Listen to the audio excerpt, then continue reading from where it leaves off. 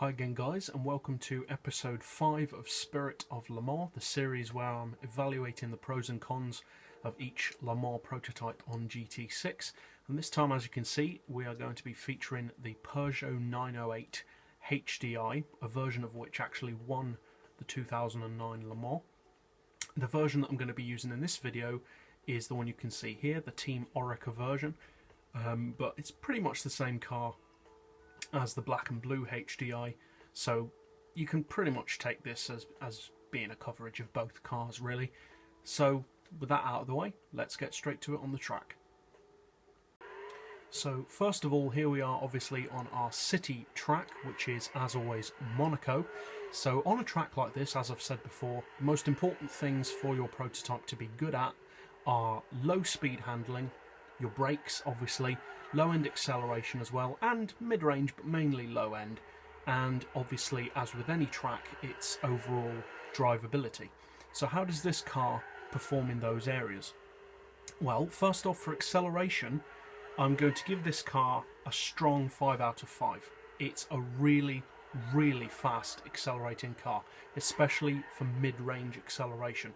Now obviously mid-range doesn't come into play as much on this track, but you can still use that acceleration to your advantage. It's got a huge amount of torque, being a diesel, huge amount of power as well, whether you use the mid-range or high-range turbo, and overall it's a really strong car for acceleration. For low speed handling, I'm going to give it a 4, because it's not bad, but it's a little bit skittish on city tracks. Because of the huge power, it does wheel spin if you're not careful, which does stop it from getting the 5 out of 5 on that. As far as brakes, I'm going to give it a 5 because it's very good for brakes.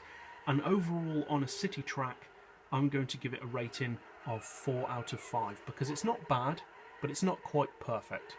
So that's it for the city track. Let's go now to our technical track on Ascari.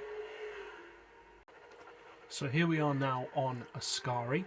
So on Ascari, again, as I've mentioned before, it's your mid-range handling, acceleration as always and brakes as always, but mainly your mid-range handling, more moderate range acceleration, and especially the car's overall drivability that's important on a track like this. You need to be confident in the car's ability and know how the car is going to act on a moderate speed technical track like Ascari or other tracks like it. So how does it score in those areas?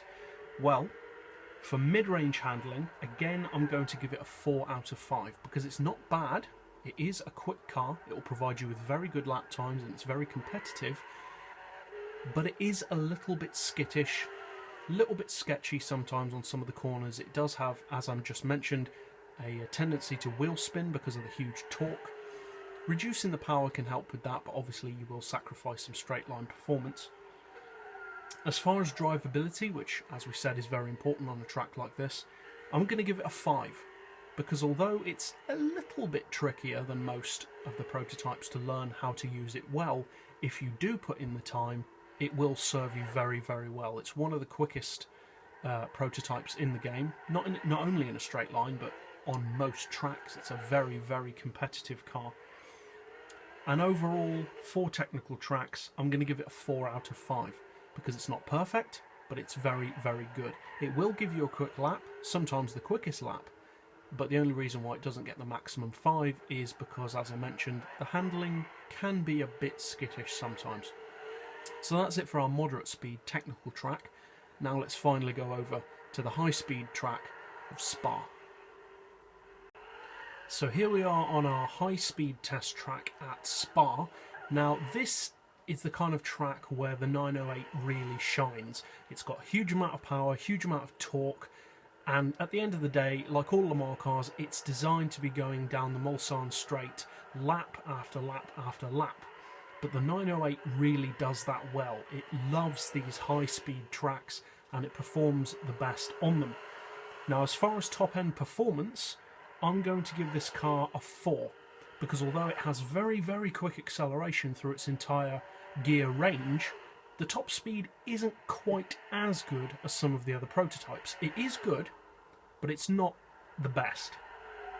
Now for high speed handling, I'm going to give it a 5 because it's really good. It takes those say 100 mile per hour or more corners really, really well. For overall drivability, we already mentioned that, but it's going to stay the same even on this track as well. I'm going to give it a 5 out of 5. But if you are looking to use the 908, I would suggest using it the most on a high-speed track like Spa, because that is where the car will basically do the most good. It will serve you the best. So overall, on a high-speed track, I'm going to give the 908 a rating of 5 out of 5. So slightly more on this track. It got a 4 on city tracks, 4 on technical tracks, but a 5 on high-speed tracks. So that's it for the actual testing. So now let's go back to the garage for a roundup of the car's pros and cons. So, all things considered, the 908 is a very good Le Mans prototype.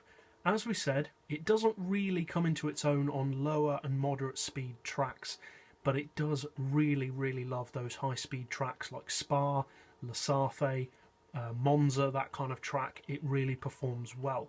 The mid-range acceleration is brutally quick, among the quickest of all the prototypes, and that really shows. Even when you're driving the car on its own, you can feel that mid-range and low-end torque. Overall, I'd say the car's best point is probably that mid-range power and torque. It really, really pulls, and it will leave most of the other prototypes standing for that mid-range acceleration. The downside to the car?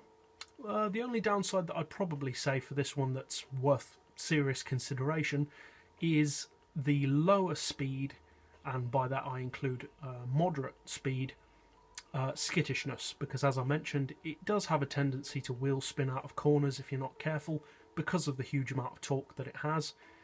But if you can overcome that, it will serve you very well. It's a really good car. Personally, I'm not a big fan of the 908, but I do acknowledge that it is a very, very good car. So overall, would I recommend that you buy one? Definitely. It doesn't really matter which one you go for, because this version or the normal HDI black and blue version or the paintable version are essentially the same. If there are any differences, I'm not aware of them. They just have different liveries. So basically just choose whichever one you like the look of the most. But yeah, overall, it's a very good car, very strong, very capable, and on most tracks it'll serve you well. So as always, I'm going to put the ratings and lap times in the description so you can compare it to the other cars if you need to. And as always, thanks for watching.